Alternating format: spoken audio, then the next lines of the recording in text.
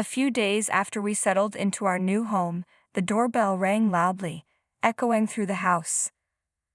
I unlocked the door, and before I could react, it swung open forcefully. "Why haven't you invited us over since moving into your new house?" It was my mother-in-law standing on the doorstep. Behind her, my husband pushed me aside, looking surprised. Without waiting for an invitation, my mother-in-law stepped into the house, taking in the surroundings. "It's a nice place with a garden. Quite tasteful, surprisingly, given your lack of housekeeping skills.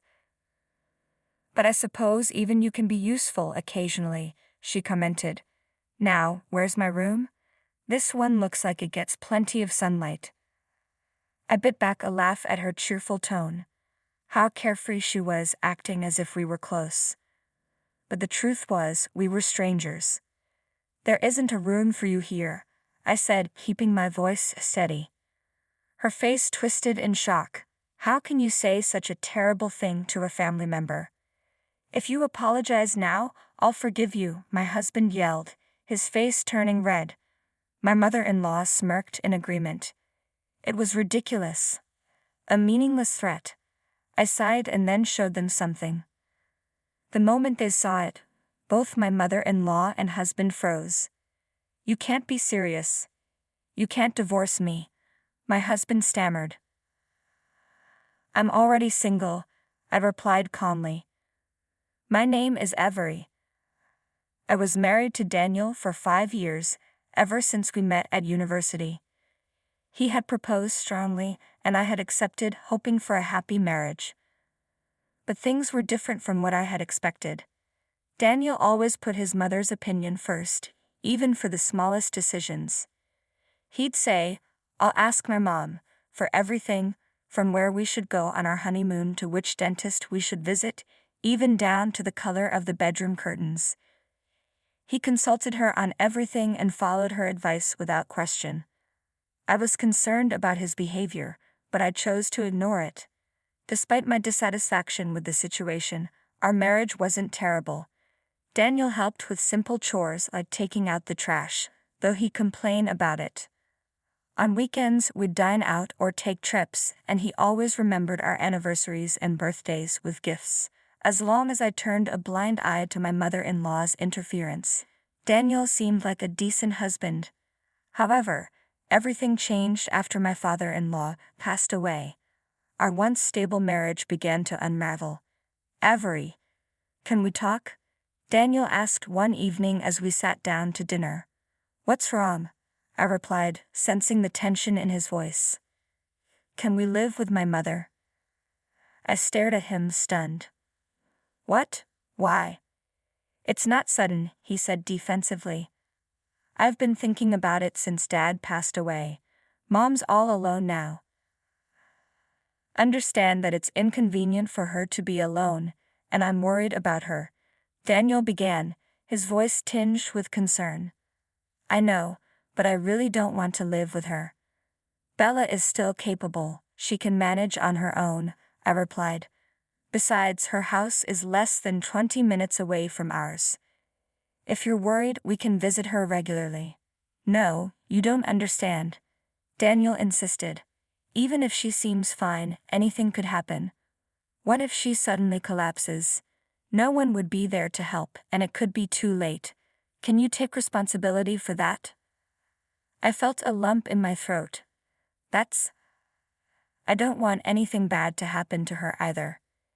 "If you refuse to live with her, I'll have no choice but to divorce you," he said, his tone serious. I stared at him in disbelief. "You're really going to do that?" "I'm serious," he affirmed. "Okay, let me think about it," I reluctantly agreed, feeling cornered. After several tense discussions, we ultimately decided to move in with his mother. Bella, Daniel's mother, had a tendency to nitpick about everything, and Daniel always obeyed her. I knew living with her wouldn't be easy for me, but I was pregnant at the time. I convinced myself that it would be better for the baby to have both parents present, so I reluctantly agreed. I also believed that moving in with Bella wouldn't change my relationship with Daniel. I had faith in the bond we had built over the years, but reality proved otherwise. As soon as we moved in, Bella wasted no time in making life difficult for me. Instead of supporting me during my pregnancy, she left all the housework to me while she spent her days socializing with her friends. When she finally returned home, she would find fault with everything I did. Despite my efforts to clean and cook while dealing with pregnancy fatigue, nothing was ever good enough for her. I tried explaining, hoping she would understand, given her own experiences as a mother. But instead she would snap, "Young people these days are so lazy. When I was your age, I managed everything, even when I was sick." She'd point out the slightest imperfections. "Look at the water stains. And the laundry. It's not even ironed properly. You should be making at least 3 side dishes per meal. Are you trying to starve me and my sweet boy?" Her constant criticism was relentless, and there were days when I had to redo chores despite feeling unwell. Eventually, I couldn't take it any longer and confided in Daniel, hoping for support. "Sure, some things Mom says are harsh, but it's your fault for not doing your chores properly," he said dismissively. "Don't blame her for that." But there are days when it's hard to even stand up. It's impossible to do everything perfectly when I'm feeling like that. I tried to reason with him. "My mom managed when she was younger," he retorted, his loyalty to her unwavering. "When she was pregnant with me, she managed everything, so there's no reason why you can't do it too," Daniel said dismissively. "Health varies from person to person, Daniel," I replied, frustration simmering. "Besides, your mother is out all day and night socializing. This apartment was ours first, and she doesn't contribute to any of the bills. I need you to ask her to help with the housework until I'm feeling better." He sighed, clearly annoyed. "You're the one who agreed to move in with my mother. If you have a problem with her, we can always get a divorce." His tone was confident, as if he believed I'd never go through with it. I sighed as well, sensing the growing distance between us.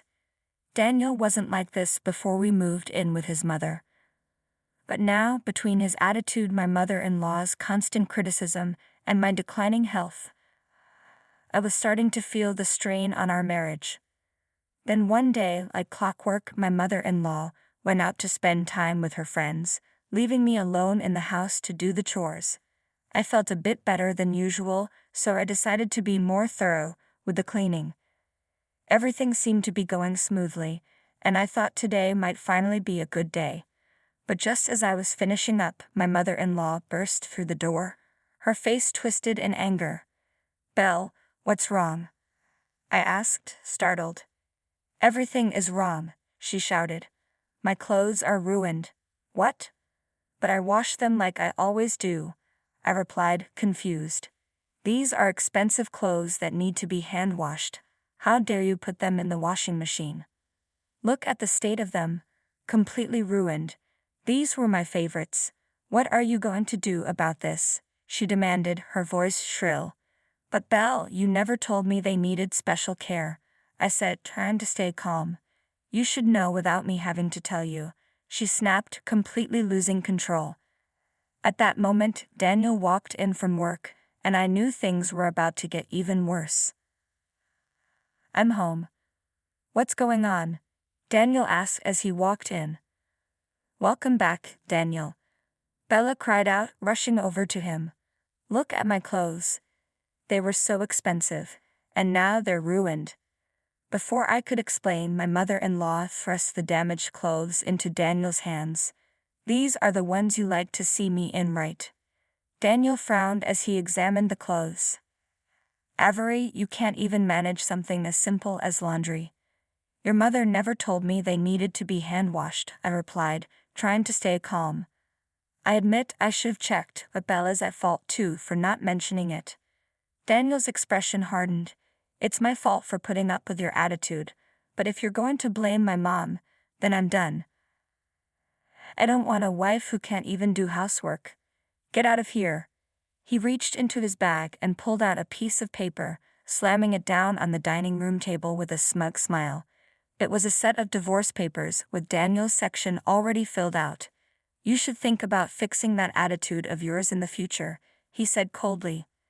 Then, without another word, Daniel turned to leave, taking his mother with him. "Hey, where are you going?" I asked, my voice trembling. "We're going out to eat," Daniel replied over his shoulder. "I'm not letting my mom eat that cold, nasty food you made, and I'm not eating it either." As they walked out, Bella glanced back at me, a victorious smirk on her face. I had been holding back for so long, telling myself it was for the sake of our baby. But seeing that smug expression on my mother-in-law's face, and hearing Daniel mock me so cruelly, I felt a surge of uncontrollable anger and sadness. Daniel had always put his mother first, but he had never treated me with such disdain. How had things gone so wrong? I stared at the divorce papers left behind on the table, feeling utterly helpless. At that moment, my smartphone buzzed, snapping me out of my thoughts. As I reached into my pocket, I felt my phone vibrating. I checked the screen and saw that it was my mother calling. "Hi, Avery, how are you doing?" My mother's voice greeted me. "Hi, Mom, it's been a while," I replied, trying to steady my voice. "That's right, we're family, after all. You're treating us terribly," chimed in my mother-in-law, standing beside him with an accusing glare. I have no idea how they found out, but my mother-in-law and Daniel showed up at the new house. I was too stunned to say anything as they barged in without permission. "This is a pretty nice place, with a garden and all. Quite the upgrade for you," my mother-in-law said, looking around with a smirk. "I wonder where my room is." They seemed to be having a great time, completely oblivious to the fact that things had changed. "I know you're a useless wife who can't even handle basic chores, but I guess you've managed to be useful for once," she added with a laugh. I managed to suppress a grin at her ignorance. Neither Daniel nor my mother-in-law had any clue that we were already divorced. "I'm not your wife anymore," I said calmly. Daniel looked at me as if I'd lost my mind. "Avery, what are you talking about? We're married, so of course you're my wife." "No, I'm single now. So please leave my house." His expression shifted from confusion to disbelief. "What do you mean? You're upset about something, right?" "I apologize, Avery.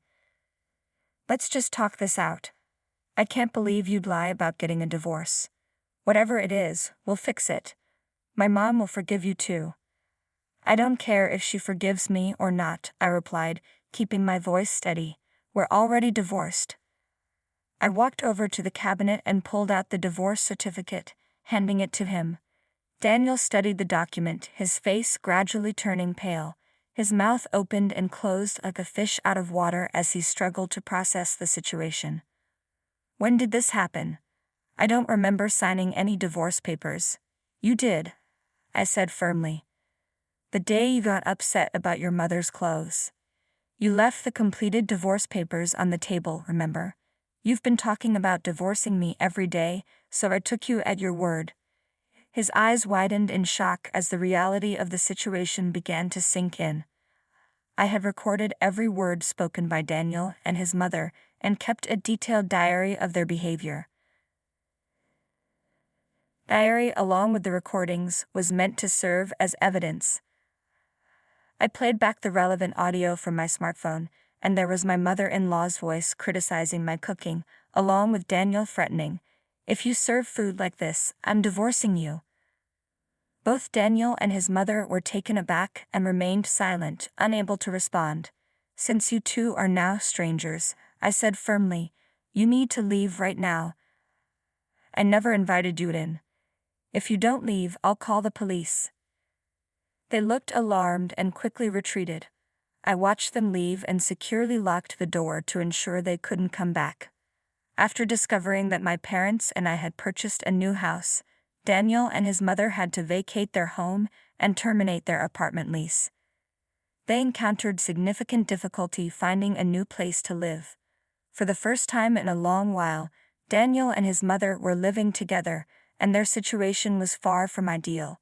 My mother-in-law, who had always demanded that I handle all the housework, now found herself unwilling to do it, and Daniel, unaccustomed to these tasks, struggled. She boasted to her relatives and friends about moving into a luxurious new home, but in reality, they ended up in a modest apartment. The contrast between her claims and reality led to rumors about her dishonesty. The stress of the situation caused her to take out her frustrations on Daniel. With no one else to vent to, their arguments became frequent and intense. As for me, I'm happily settled in the new house with my parents and my healthy baby boy, who was born safe and sound. My parents have been a tremendous support, and I plan to return to work once my son is older. My goal is to create a loving and joyful home where my son can grow up happy and healthy. Every day I work hard to make that vision a reality, embracing the peace and contentment in my new life.